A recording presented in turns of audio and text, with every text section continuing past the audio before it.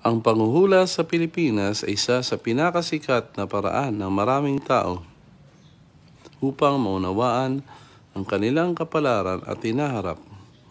Ang mga manghuhula na kilala rin bilang mga manghuhula o mga manlalapat ay hinahanap ng marami upang magbigay ng gabay at pananaw sa kanilang buhay.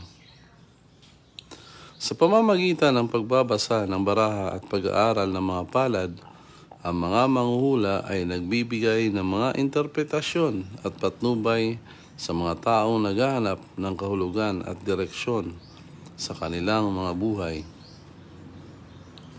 Ang mga nagpupunta sa mga manghula ay madalas na may iba't ibang mga pinagdaraan ng suliranin o mga tanong tungkol sa kanilang karera, pag-ibig, kalusugan at iba pang mga aspeto ng kanilang buhay.